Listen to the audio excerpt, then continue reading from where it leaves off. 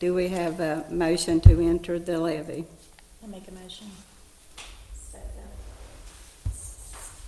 Okay, and at this time, for discussion, Ms. Conn is going to talk to us and explain, some wants to know about what the levy means. So, Yes, so on March 17th, I gave you all the proposed levy rates which you approved. Upon approving those, I sent them to the state auditor's office and they approved the rates that we had. So what you have in front of you now, the levy order and rate sheet, those are the same numbers that you have in front of you on March 17th, so nothing changed there. Down close to the bottom on the front page, it says projected net taxes to be collected, 4.5 million. So that's our regular levy rates that we should collect. Then on the second page, you'll see projected net taxes to be collected down near the bottom at 5.4 million. So that's our excess levy rates. So together, between the regular levy and the excess levy, we are expecting to collect 9.9 million from tax collections. Last year, or well, still currently this year, FY25, our projected rates was 10.3 million. So we did have a decrease from 10.3 million to 9.9 million. And that is due to the assessor's valuations of properties. And so they had a decrease in property valuation, which of course means less tax collections. Question. Yes. So I noticed this is on like personal and real and cars and houses. Yeah. So how does, or does it, if the rule where you get your taxes back on, on your state income tax for paying them on time and all that, does that affect us? Not for property taxes. I don't believe it does. Because that money is returned to us. And I'm just wondering, it's got to come back to us from somewhere, from some pot, right? So maybe that may be something worth checking into. I don't know, but. Yeah, I mean, the assessor's office might be able to answer that better than I can, but, yeah. We'll check into it. Yeah. But you do your taxes, if you did them on time, you got that M1 envelope and you get it back. So if we're getting it back, are we, would that be income for us, or is there some pot of money from the state that makes up for it, or whatever? And I mean, that's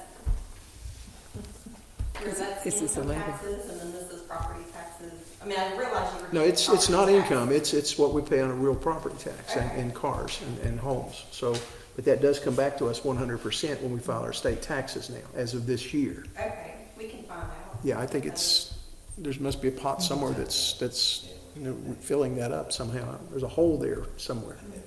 Well, and that's why we kind of want to be cognizant that we are losing taxes every single year. And with this becoming probably a point of contention at some point, plus we have flooding, and that, because what these property valuations are based on was the a year prior to this, so it's lagging.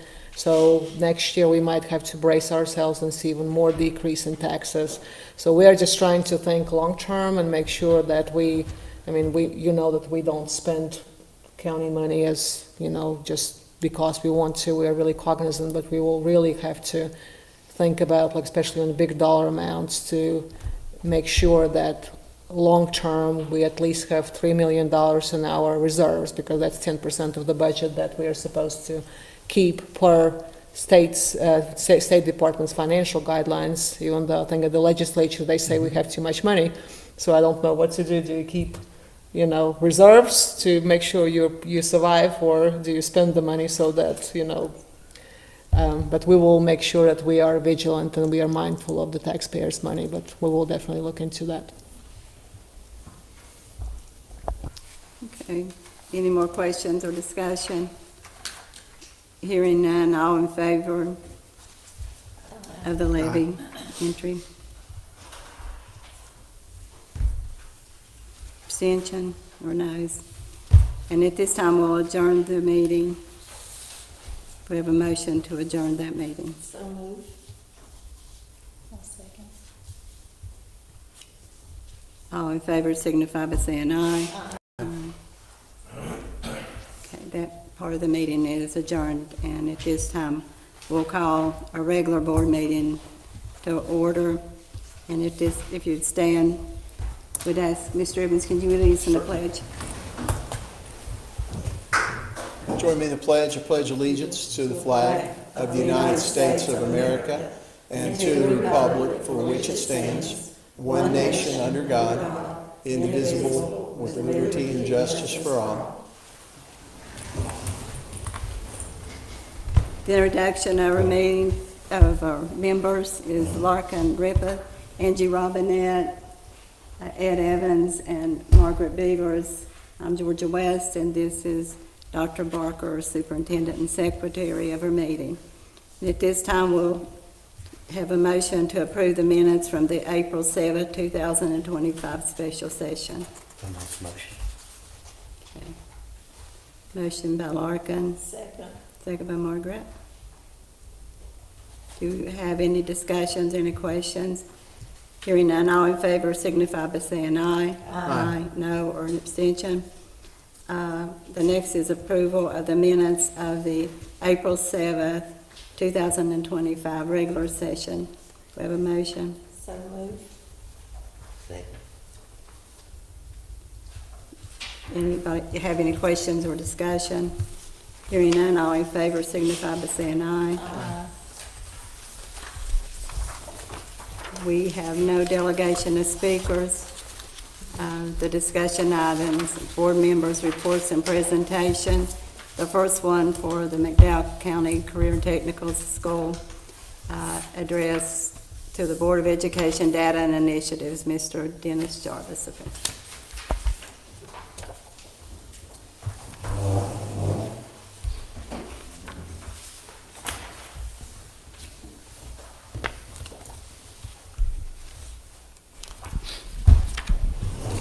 Good evening, everyone.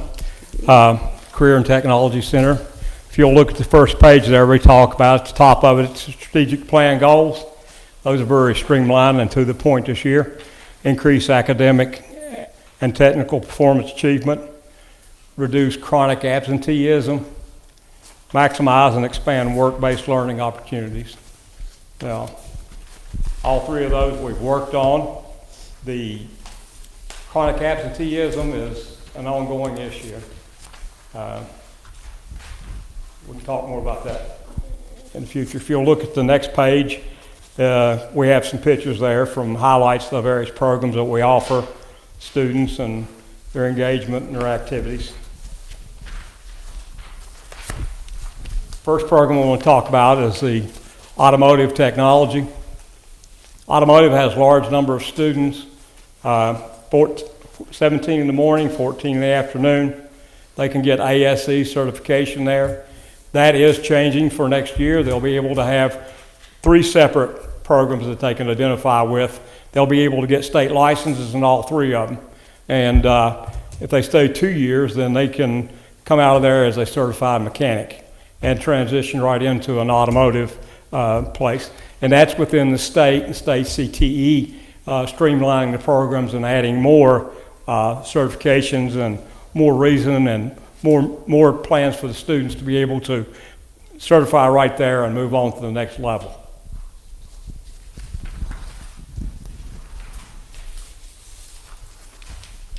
The next program that we wanted to highlight is our computer systems and hardware support and coding apps and game design. Our coding, AI, and game design enrollment numbers are 15 in the morning and 8 in the afternoon.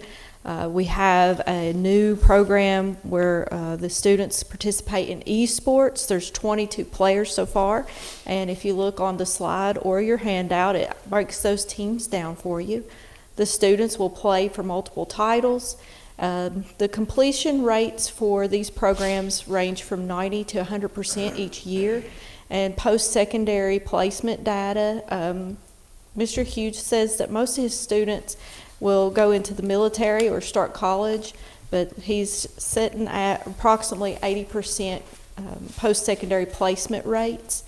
And then the students, they also participate in esports where they can earn numerous scholarships and play for colleges in the state. It also can help with their military careers, and they are offered scholarship opportunities. West Virginia Westland, for example, offers a $22,500 a year scholarship to play on their esports team.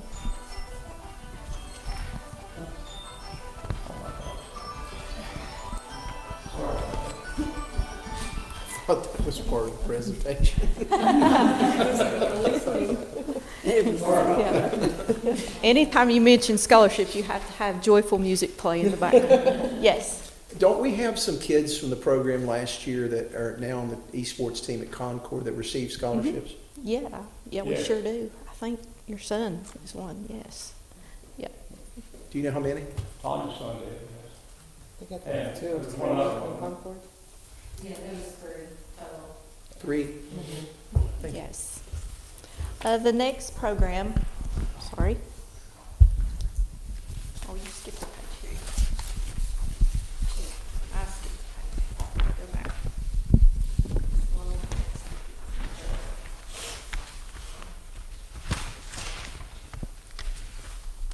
Here you go. Our Law and Public Safety program is performing very well. It prepares students for careers in different variety of things. Main one probably is law enforcement. They can go into pre-law and those kind of things there. But we did a site visit today to the Mercer County Vocational School, and well, their CTE program. We always go back to calling it vocational, but it's multiplicity now, and it's career and tech education, and that's very true. But they've put in a push for just law enforcement, and looking at the research and all, that's the one area that we have a very dire need for is law enforcement. Right now, the state police is understaffed by 150. And the new class I've just started, they're only 3 weeks into it, and they've already had 15 cadets drop out. So it's a much needed thing, but they're making a push there, and I'm going to have our instructor go there and meet with the teacher there, the instructor there, and look at the aspects of what it might be able to expand and do for our program here.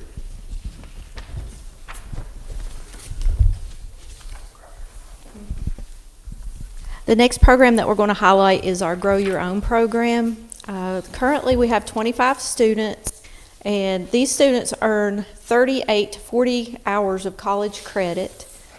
They are also serving as Education Alliance mentors with AmeriCorps, and they're close to completing their 100 hours of student service. We have 10 former students currently attending colleges and earning their teaching degree after graduating from the McDowell County Grow Your Own program. And we have 5 high school seniors accepted to the teacher education program for next fall. And we also have a former student as an ECAT. We have the county's hired 6 teacher apprentices from the Grow Your Own program.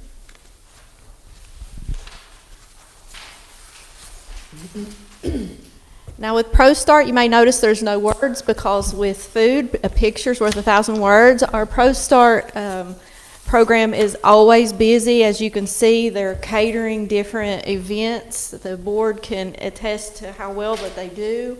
They have competitions between the morning and evening groups on cakes, and I gladly volunteer to be a judge for those. One addition there for the ProStart program.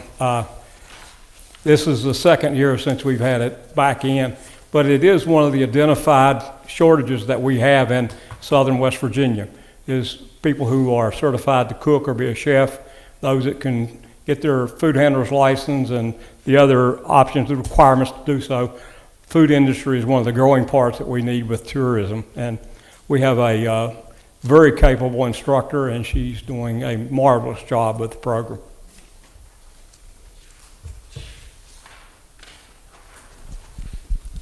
The next program is the Therapeutic Services Program.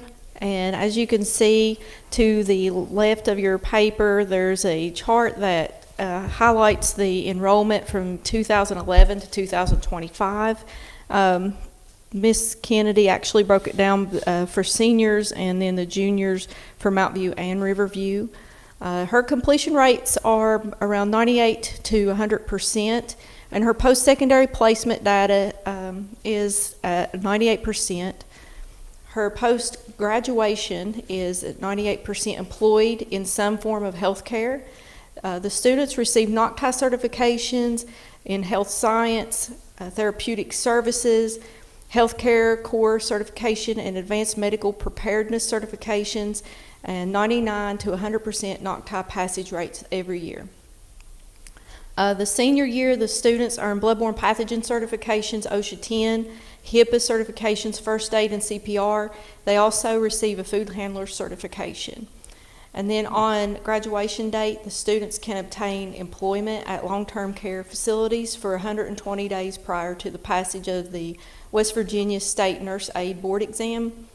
Around June and July, students can test West Virginia Nurse Aid Board and become certified nurses aides in West Virginia and can transfer certification to any state. And the students obtain 8 credit hours from Bluefield State University at the completion of the program.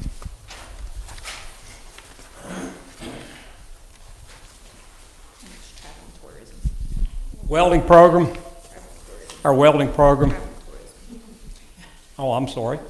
I jumped the gun here. Travel and tourism. This is a growing industry for us here. It is mostly for the trail system, but there's so many more support pieces that we need. And it is expanding. There's a lot of housing rental units going in. There's a lot of tourism shut up now with where they host people and give them a guided service on the trail and all. And this is part of what they can do. Also in this program, he has them where they can have their license for drone. And he's expanded that program. Next year, he has, right now, the potential to be able to enter some competitions with them for actually to do the drone service. And there's all kinds of expandable jobs for that. I'll give you an example. I needed a roof. I called a local contractor, like this afternoon, about this time. And he answered the phone, called me back. Next morning, I opened my email, and I had an estimate, about 9:30 in the morning. And I'm like, how in the world? I called the guy up, and I says, how can you be accurate and when you haven't even measured my roof? He said, oh, yes, I did. He had a remote drone, and he measured my roof, and he gave me down to the 1 inch of what I needed as far as the shingles was concerned. So it's big in that area that it can happen. We've already started our NOCTI testing, and 4 of the students in this program this year exceeded the OSHA standards. They'll get college credit out of that also. So it's starting to expand. It needs a little bit more push, which we're trying to do now, and I think it's going to make a big help for us as far as job opportunities and things like that. We have 4 of the students that go out. Well, I'll talk about that in a minute.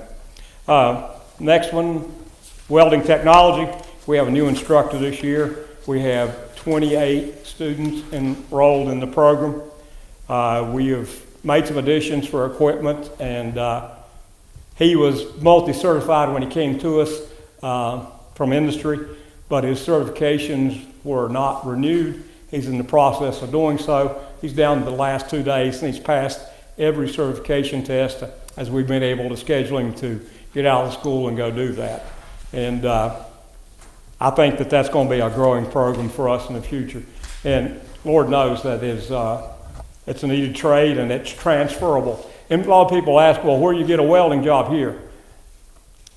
It's changed. And many of you, you've worked, you've seen the history. You know, it used to be that you had a truck driver, you had the heavy equipment operator, and then you had the mechanic that worked on all 3 of the things. Now the truck driver is the mechanic and the machine operator. So these are transitional trades. They can go into the welding program, 9 times out of 10, they can turn bolts, okay? they can read the diagram, they can read a blueprint. They can do the things that they need to be able to do and multitask. And multitask is where it is to transfer and be able to make other jobs and make other connections. And we even do that. We trade off in the school with them now. And part of the welding program, they go out and work with auto mechanics at the school. Actually, we had certified welders that were able to make some repairs to the bus because at the time we didn't have anybody in the shop here locally that was certified to make the repairs. Although they could do the welding, they just didn't have the certification. So it's been a give and take thing, but it's been a big help, and it helps the kids' confidence too when they can go out and actually participate and actually do something that is going to be accepted in the industry in the next year or so.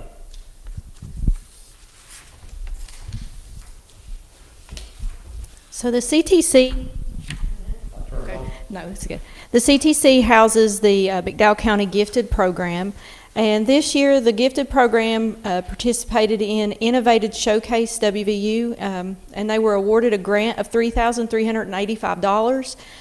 They participated at NASA Day at the Clay Center for grades 5 through 7, West Virginia Makes Festival in Marshall, and that was grades 1 through 12, the Christmas Science Night, and the Miracle of Christmas program. Cliff Sullivan, West Virginia STEAM TAC taught, she said it taught us how to use Makey's, Microbits, Spiro's, Vex Robotics. And grants written and equipment donated to our program was over $20,000 over the last 3 years. She has a total of 21 students in her program. 7 are elementary, 5 are middle school, and 9 are high school.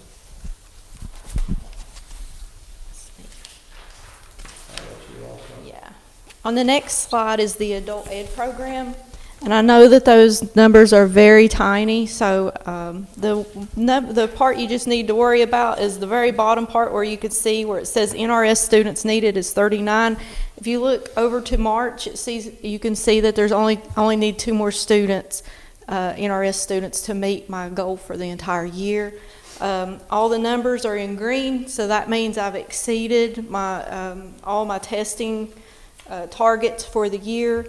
And if you look over, it's really tiny, but at the top right, the enrollment attendance rates looks really well. I mean, it looks really good. It's usually above 50%, except for 1 month is a little bit below, but it's still good. I don't have a slide for option pathway, but option pathway is lagging a little bit behind because of the flood, but I've been working with Tanya, and she's added some extra test dates so that our students can be ready for graduation. So Ms. Kennedy, could you please tell our plans for next year for adult ed and options and why we had to make the changes? Yes, so right now adult ed and option pathway is one job. And so half of the day in the morning I teach adults only, and then in the other half of the day I teach high school students only. There was another adult ed teacher at the workforce building who did adult ed full-time all day, so it met the need of the community. If workforce needed to make a recommendation and it was outside of my hours, then they had another adult ed teacher to go to. Well, the state cut that program. So now currently McDowell County only has a half of an adult ed teacher. And all the things that teacher took care of is now, I have to do those things now also. Where initially I worked mostly with Ms. Hagerman and the LPM program. I'm getting more students from the Division of Rehabilitation and students from workforce and other agencies in the county. So I only have part-time hours. I have 3 hours, but I'm serving those students and serving this community. So when the auditing group came from the state and Dr. Barker met with them, and we all sat down and talked, and one of the recommendations that they made was that the program be made full-time. So next year, adult ed will be full-time to meet the needs of the community, and option pathway will go back to full-time to meet the needs of our students. One little note, if you'll give me about 10 seconds, 15 seconds. I can talk all night long. But speaking of the options pathway, and then our motto, no student left behind. No one left behind either. We need to keep that in mind. But I rent a place here in Welch. I go back to my farm on the weekends in Mercer County, but I live here during the week. Neighbor of mine was raising his son by himself, and he had an elderly mother, 90 plus years old, and she was not doing well. But anyway, I was just happened to mention to him, I said, I don't see your son going back out here to catch the bus anymore. He said, no, he's doing homeschooling. I said, oh, so he's working on the computer-based assessments and all. I said, how's he doing? He said, well, he just quit. Said he got all incompletes the last time. I said, why don't you bring him out to school and let us test him for a program we have out there. And I explained to him what it was, options pathway. Kid's slightly autistic and is a little bit withdrawn, whatever. But he came out and Miss Kitty did the preliminary testing on him, and he blew the entry exam away. He come in and started the program, and he has completed all of his core courses that he needs, and he's qualified for the governor's scholarship program already. And he loves it. He's in 2 programs out there now. He's already completed his things for graduation, his requirements. But if I'd stand and had that conversation and we hadn't had this program in place, he would still be somewhere off lost in the bush. And he has all kinds of opportunity now. And he's actually coming out of his shell, and he's talking to people, and he's communicating. And he's in 2 programs there now with the school. He'll be coming back next year as a senior and finishing certifications of both of them. He'll be in the computer program and be in the welding, 2nd year in welding. And he'll go out with multiplicity of certifications. The dad moved off and left after the grandmother died. And I talked to him, and he transferred guardianship to his sister so that he could stay here, because he's going to take him to Kentucky, and Kentucky doesn't offer anything like we have with this options pathway. But every year this has kept us closer to being able to make the graduation rate, and it's a way to get through and help kids, okay, and help them catch up. And I'm a very big supporter of this program, and I see all the results and the positives that's come out of it. So the next program I'm going to talk about is one of our adult programs. It's our School of Practical Nursing. I look at this program like our hidden gem in McDowell County. I had no idea until I started working at the CTC that we had actual nursing school. So this nursing school has 100% job placement, and 98% of the students who complete the program, and sometimes more than 98%, pass the NCLEX exam. The West Virginia Examiners of LPN, it's accredited through the West Virginia Examiners of LPN and national accreditation from the Council of Education. There was a bill in the legislature this past year. It was called ACE funding. And I'm sure there's a couple of you here who have nightmares about ACE funding. But it's from the legislature and CTE, and it's the funding process for our LPN program. I don't know how many of you know how successful our LPN program is, but how instrumental it is to Southern West Virginia, especially right here in McDowell County, our clinics and our hospital. We lose the LPN program, we lose a lot of our medical facilities to be able to have competent, certified people working. Because the LPNs graduate from us, they go in the lay positions, they have ways for them to be able to do their RN while they're actually working, and they move up the chain ladder. As they retire and people move to other locations, we keep making them supply. Every year I get phone calls about that.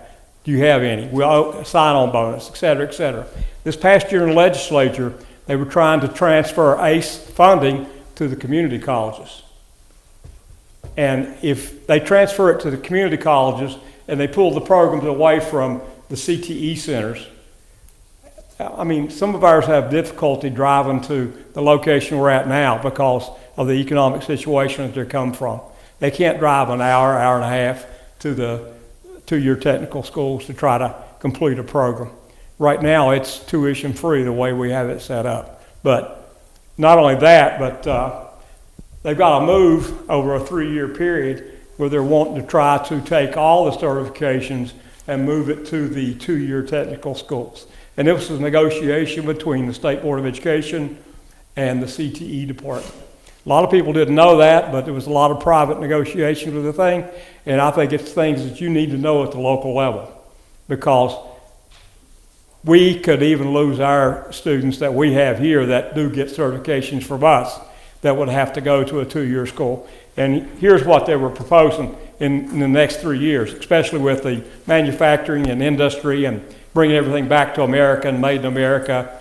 Just don't get into politics, but you know what they're trying to do, bring everything back here, which you may support, you may not. But at any rate, we have to have a modality in place to have trained workers to do the technical skills and the jobs that have to happen. But what they're proposing is a 3-year plan to bring it to the 2-year technical schools and make them short-term. In other words, if they only needed eight weeks to do phlebotomy, then we'll cut it down to 4 weeks if you come 4 nights a week, and you'll get your certification in phlebotomy. But it needs to be watched and it needs to be addressed, because sometimes it's not always the bottom line and the dollar. Yes, I know we have to make cuts and we have to manage budgets and all those kind of things, but it's something you need to pay attention to and aware of.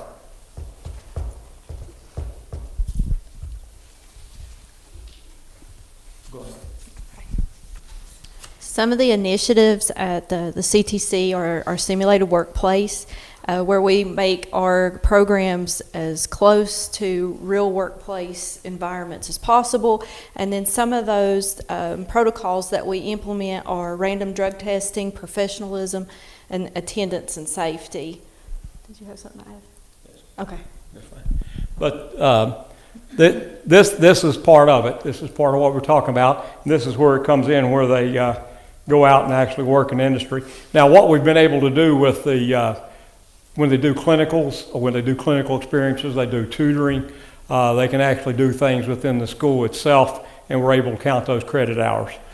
We have actually quite a few students that work, and those count hour for hour into that. It's called work-based learning. But the whole point is that hands-on is where you learn best. And we were asked to follow students, and we'll be talking about that tomorrow in our administrators meeting, second half of the day. But in looking through at what we followed, you know, we have academic programs out there, and we have a lot of just hands-on programs. You know, they're auditory, visual, and get in and do it. And I can give you example after example. If you want to ask me the questions, I'll tell you. And that comes from 15 years and watching the kids perform and be able to do these things. And it's not always pencil and paper and a textbook and go to the board and do this kind of things. But when they've actually got the project in front of them and they can actually, like 3D, they see it and their hands are on it, they're visual learners. And I mean, they pick it up just in a snap. They may come in there with an IEP, but I'll be honest with you, they're just a different modality for learning. And if we can transfer that to regular education, and Dr. Barker and Ms. Payton, they're starting to push in that direction with CTE support. And today's initiative was part of that. And I appreciate what they have come forward and what they're trying to have happen with our students. Okay. Go ahead. Like I said, I'll talk all night. I'm glad you didn't put a buzzer on it, because We got one. Go ahead. On the next slide, you can see these are some of the ways that we measure student success, successful student outcomes. Our students complete the OSHA, where they get the 10-hour OSHA card. Some of our students get the West Virginia Welcome, which is an industry-recognized credential. And then, of course, we have NOCTI, where they get certified in their programs. We've been using the ACT Work Keys Career Readiness Curriculum to help supplement students' math and reading. And then we also collaborate with the Big Creek People in Action, where we have a tutor that comes Monday through Wednesday that works one-on-one with some of the students that need some extra help. And then here's your favorite part. Okay, last but not least, if you look at the CTE indicators, these kind of, if you go back to the old school, and some of you are like me, you heard the phrase AYP annual. Mr. Evans is laughing at me. But anyway, we scored on a possible 100-point basis. Our last year's score was 89 out of a possible 100. You can look at the categories down through there where they're scored and how they apply. And it ties the high schools in, it ties the middle schools in also. But it ties us in with our certifications for our teachers. That's a big push I have right now with getting the welding teacher certified, because we can lose points in that area if he doesn't have his proper licensure and endorsement and certifications. Our goal for this year is to beat last year's score. If it's only by 1 point, we plan to do so. My personal goal was the NOCTI score, because it's an industry indicator of how much knowledge they have actually in that field of preparation of the program. We were at 53% last year. My personal goal was to increase this by 3%. Right now, we're on track to exceed that this year. So hopefully we'll be able to close out another year and have another score sheet for my predecessor to show to you next year. I would like to announce tonight that this is my last year. I am leaving. It's time to do so, and I thought best to make a public announcement out of it tonight. I've enjoyed it. This is 50 years, and I hope whoever comes in my place will continue that. And my exact date for leaving and time is going to be determined by surgery and negotiation with Dr. Barker. I do want to make sure that we have a smooth transition, and I don't want the next person to find the school with the scores that I found it with. My first year there, score-wise, we ranked last in the state, and I was on an improvement plan my whole first year there. But my second year there, we received an award for having the highest increase in scores in the state. And there's a banner in front of the office that still acknowledges that. But thank you all. Appreciate you for listening to us. Oh, you have one of the, attendance. Attendance, that's the part we had to address and we hadn't finished. Go ahead. It's been a nightmare for us with the attendance issues. We call and we need state support back to help us remedy this situation. And that's all I can say. My first year I was principal at War, and the school had been 13 years and had not made accreditation. It was a choice school. I went straight from the classroom to War as a principal. And I didn't know what choice school meant. Yes, I had all my certifications, and I did all the things that you go through. But choice school, make it real short, if it's not accredited and your child is in that unaccredited school, the board has to transport that child, if you want them to the next accredited school. I went to War about this time of year in March 2000, and we missed back then. We had a balancing act. It's called CTVS testing, and if you had so many kids low, so many kids high, you averaged the scores, and you had to have a median where you made it.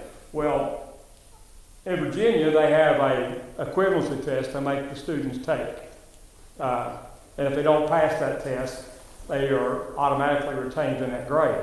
Well, about this time of year, we would have an influx of enrollment. As much as 25 would be coming to us from Virginia, living with the grandmother, living with the aunt, living with a sister or brother, because they wanted to come there so that they could finish the year. They made passing grade, and then go back to Virginia and be in the next grade level. But we missed it by 2 students in the 3rd grade that first year that I was there in a 3-month window. The first year I was there as full-time, we made it provisional. 3rd year I was there, we made full accreditation. But it's a numbers game, and we had a truant officer, and many of you probably know him, Johnny. I'll just call him by his first name. And I had a kid that was 91 days absent that first year I was there. And I called him up and I said, I got this real critical case here with this. And I said, it's pretty well known throughout the whole school that this gets away with this. He says, well, I'll tell you what, he said, let's just take a ride in that old Jeep that we've got. And he had one that had knobby tires on it, belonged to the county. And he took me up a hollow that honestly, I didn't think I knew where he was going, but they actually lived up there, as people did, poor old people did.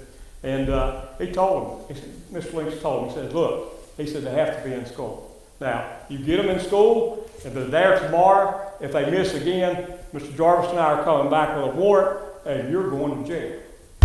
Now, there was the enforcement tool. That was one example right there, and you would not believe how much just one example put them on notice that they were going to be dealt with in the court system, okay? So we need some support. Maybe it doesn't need to be that severe where you arrest the parents, but I mean, I had a couple over there that on weekends they wound up having to wear an orange vest and pick trash up along the highway over there because I believe in attendance, and if you don't get attendance, then you're not going to have what you need. And how can you hire somebody when they don't work? When they don't attend, they don't come. They self qualify and certify, but you can't have them coming to work 3 days out of 5. Try to run your school here with 3 days out of 5 of your teachers. Okay? Can't do it. Okay? Everybody suffers. Any questions? Thank you. Appreciate you listening to us. Anytime you'd like to come by and visit. Thank you, Mr. Jarvis.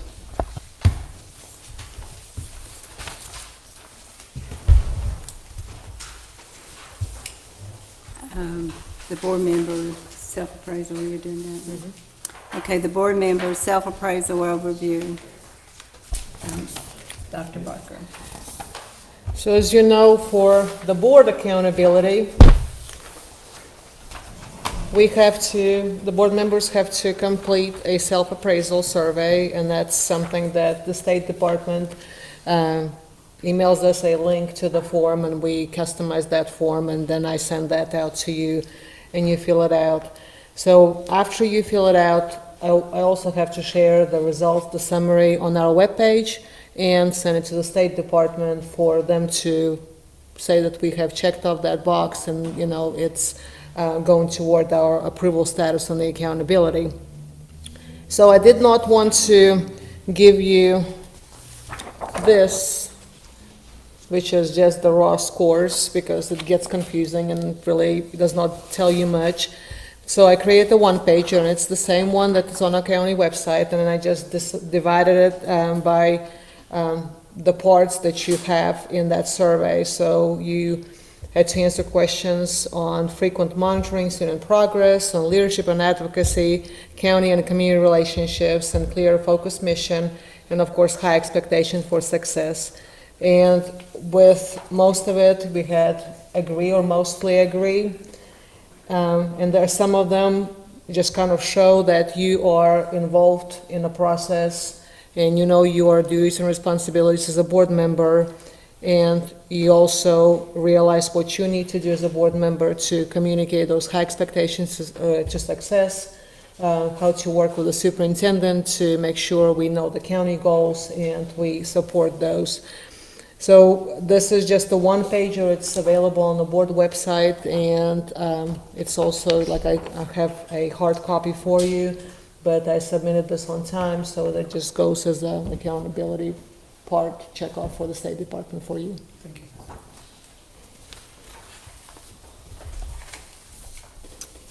Is that all? So next we have the McDowell County Board of Education monthly financial report by Ms. Conn, our treasurer.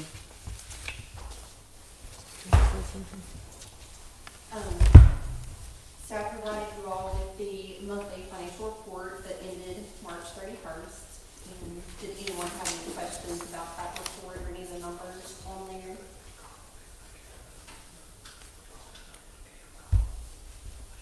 Nobody?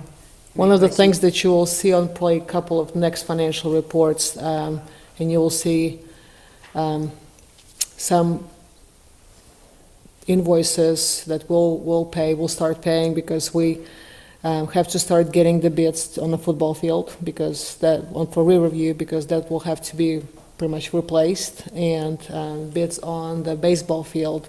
We are working with FEMA, but like, we'll have to wait for reimbursement, so we'll have to front some monies up before FEMA can reimburse us, because if we want to have football field be ready by the football season start, we have to start now. And that's going to be around $500,000 expenditure that we have to start thinking about. So you'll have some expenses, which we have looked at our dollars. We know what we can compartmentalize to say this is the money that we'll just kind of spend, but we'll know that it will come for reimbursement later. So Ms. Connon and I have been working with Mr. Chapman, and he's been working with FEMA in some bidding processes to make sure that we get ready for the football season. You hear so much about FEMA reimbursements and whatever. Do they give you a percentage of reimbursement? At this point, they act like they will reimburse us for the expenses. Cool. Thank you. We're still kind of cautiously optimistic, Yeah, and you hear we're so much about it. I mean, and we know we're here for the long haul. It's not going to happen overnight, so we're trying to make sure that we don't spend all the money we got. So we're being very cautious about this. But you will see those expenses, they'll be coming. Okay. Next item on the agenda is the personnel agenda. And we've had some additions. We've looked at those. If we would have a motion to approve the personnel agenda. Make a motion. Do you have any questions or comments? Hearing none, all in favor signify by saying aye. Aye. No, or an abstention. The next item is the volunteer agenda. There's none. The next item is finance, allowed and authorized payment of bills and budget for revisions. Invoices presented payment are available in the finance office during the normal business hours. Do you have a motion to approve the finance? Second. Any questions? All in favor signify by saying aye. Aye. No, or abstention. Approve to authorize the fundraiser events. We have 2 of those. Do we have a motion to approve? I make a motion, we take all of them together and approve the fundraisers. Second. Any questions? Hearing none, all in favor signify by saying aye. Abstention or no?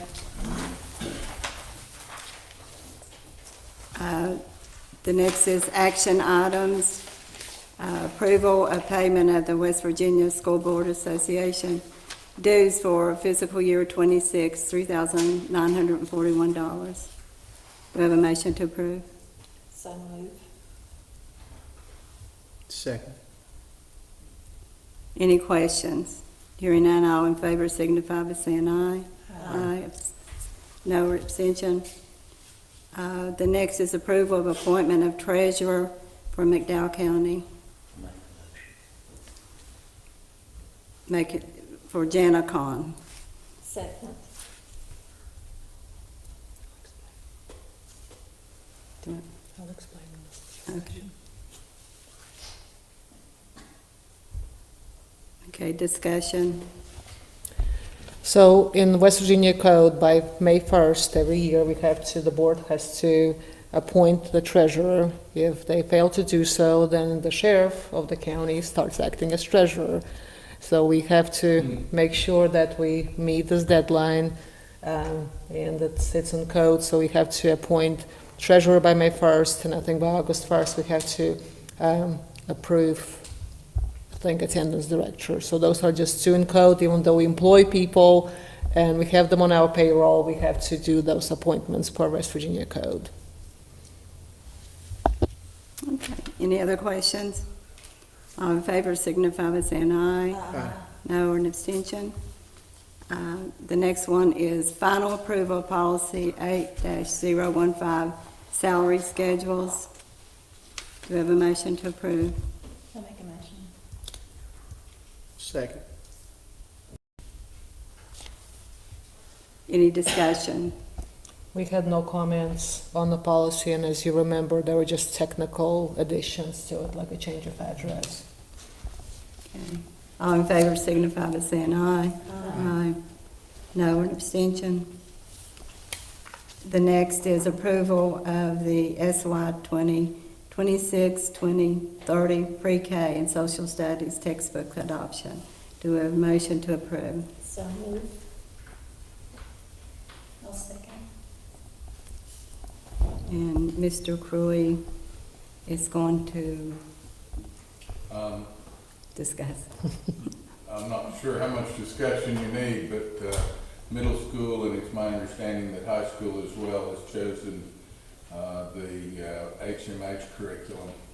And I can tell you that having gone to the book caravan, the amount of change that I don't know what's happened in other grades, so I can't speak to. I don't even know who adopted last year. But the seamless integration that these seem to have with the Schoology platform, the idea that next year I might be able to make a reading assignment, and when a child looks at me and says, "But Mr. Pruitt, I can't read," I can look at him and say, "You still have to click the speaker and listen to it. You have to know this stuff." And that it could accommodate special ed kids so much more thoroughly. The change that might make to how personnel is used in special ed. It's just astounding to sit there and listen to the people and think about how much things have changed in the years since the last time we did this. And I was there the last time we did this, and I hoped for all of this then. But there was no Schoology platform to integrate things in, and everything was on its own, and it was all so tedious that eventually nobody really used it as far as I can tell. And so this hopefully is something that will really make a change in the way we teach social studies and make it much easier to use social studies as a platform to improve reading skills. Gallopade was the 8th grade curriculum that we agreed on, and I'd be happy to answer any questions. I don't know what else I can tell you. Mr. Kuhn was also part of the instructional adoption committee. So we had teachers, Mr. Cruy, Mr. Kuhn, and Ms. Adams. They were representing every school. And as a part of that committee, they do ask other teachers to voice their feedback. And at high school level, we had Ms. Vance, Gentry Vance, and Mr. Sparks. They were collaborating. So for grades 6, 7, and 9 through 12, they all decided that they wanted to use HMH, which would, I think, be more seamless. Pretty much unanimous across the board. Everybody chose HMH. You did, I did, McWayne did. Other teachers that I showed in the building, we all like the HMH. Yeah. So that will help with seamless transition from grade to grade. And of course, West Virginia Studies, which is an 8th grade curriculum, always throws everybody for the loop, because a lot of these national companies, because the state is so small, they don't spend much time, on developing the curriculum for the West Virginia Studies. So Gallopade and I think Claremont Press are usually the ones that, Gallopade is new. Claremont Press was for ages, has been the only source. So they wanted to use Gallopade as that West Virginia Studies curriculum. We also had pre-K. They've met with the textbook adoption resources representatives, and they wanted to recommend Apple Tree as the instructional resource adoption for the pre-K curriculum. With K-5, they reviewed what the state had, because we only can review the state-approved vendors. And when they reviewed those vendors, they did not feel that any one of them really was a solid enough curriculum, so they are going to, they wanted you to approve that they request a waiver from the state for the adoption of the K-5 social studies curriculum, and they'll spend the summer aligning their text sets to integrate social studies, still have it as a separate content and really focus heavily on development of social studies content. But they just did not feel that they wanted to ask county to spend thousands of dollars to get something that will not be really well used by the teachers. So that's what they wanted to request. So am I hearing, is this, you talk about Schoology, am I hearing that this HMH, All of them, is it a online platform? yes. It has textbooks too. But they have something in their hand, because I know, I've heard so many people, parents especially, say they can't help kids at home if they don't have something in their hands, so Yeah, there will be both. yeah. Perfect. And usually, because you can add just an online part, but when we work with teachers, they do request the textbook, so we pick the package that has the textbook and the online option. Excellent. So, Having served on many of those textbook committees, I appreciate the work that you guys did, and although I haven't seen it, but I do appreciate it and know what you went through, so thank you. Thank you. Okay, we have a motion and a second. All in favor signify by saying aye. Aye. Opposed, or abstention. The next is approval of student trip requests. We have 5 through 16. We have a motion to approve 5 through 16. I make a motion to approve and take all of them together. Second.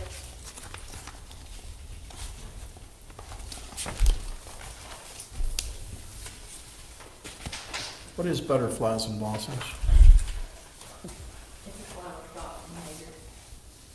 It's a what? flower shop in Jaeger. Okay, thank you. They're learning about careers, Okay. so they're taking them Yeah, to. florist, yeah, absolutely. We didn't do a vote, did we? Let me say, I think we did. All in favor signify by saying aye. Aye. Abstention or no? Next is the superintendent updates. So as you probably have seen on Facebook, and I've shared this with you all, that our waiver got approved. We are only one of the 8 counties that got the waiver approved. When associates, deputy state superintendent talked to the superintendents last week, they said that they would not approve any days taken just for snow. It was just for flooding. And so we got our waiver approved, and we'll be finishing. The last day for students will be June 5th, and the last day for teachers will be June 6th. So we tried to really not prolong the school year, and that's why we wanted to capitalize on converting spring break into instructional days, because let's face it, once June comes in, it's really hard to keep the student engagement and their attendance up. So we really wanted to capitalize on the time that we have now until June 5th. And I know it's hard and everybody's just struggling because spring has sprung. Everybody's just, acting up, and every day we have something coming along that we have to deal with. But I think that's just the best option that we could have, considering how much instructional time we have lost. But we've done everything that we could not to prolong the June for our students and for our teachers. So on April 18th, we still have a early release, because people have to have faculty senate, and it's in code. In the morning, we'll be busing, you just approved those trips, our pre-K students to the Bunny Bash. So if you want to come in and just enjoy, it's always fun to be around little ones. So it will be here. We'll have different stations set up. Our Grow Your Own students will have some activities for them, so they'll just go through different stations. And it will also qualify as our Child Find activity. We have iReady training this weekend for the teachers. And as Mr. Jarvis said, we like to learn from others around us, so we went and did a walkthrough of the Mercer County's Career and Technical Center today, because one of the programs we want to implement next year is pre-cosmetology. So we wanted to go and look at the setup, what programs we can run, what certifications we can run, what the equipment is that we need. So we had Mr. Jarvis go and Mr. Chapman, just to see the setup, because I think that will help us increase the female participation in the programs.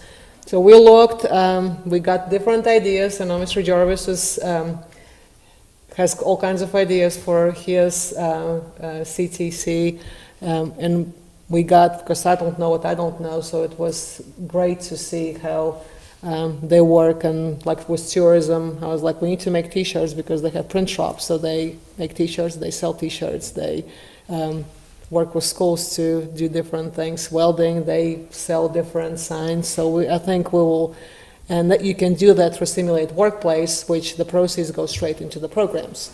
So students don't make the money, the programs make the money, and then they can buy equipment and different things to sustain the programs. So that's something that we'll be working on implementing for next year. That's all I Didn't have. we have a T-shirt printing at one time at your school? Didn't Steve Bailey do that? I thought so, yeah. So I'm not following you, I can't hear you. I was questioning, did we not have a silk screen program at the Votech Center there years ago? Steve Bailey, I think, did that? Long time ago, Yeah, been a while, yeah. yes. Before I came on board. Oh, okay. well, we want to revive some of that within Yeah. tourism. I think it would be a good Mhm. thing for us. That's all I have. Okay, the announcement of the future meetings is April the 15th. Oh, that's this one. It's a little different there. It's not that. It's not that. It's May It's May. 5th. It's May 5th. Here at 5 o'clock here at the central office. At this time, we'd have a motion to adjourn at 6:01. Margaret, and second by Angie. And all in favor signify by saying aye.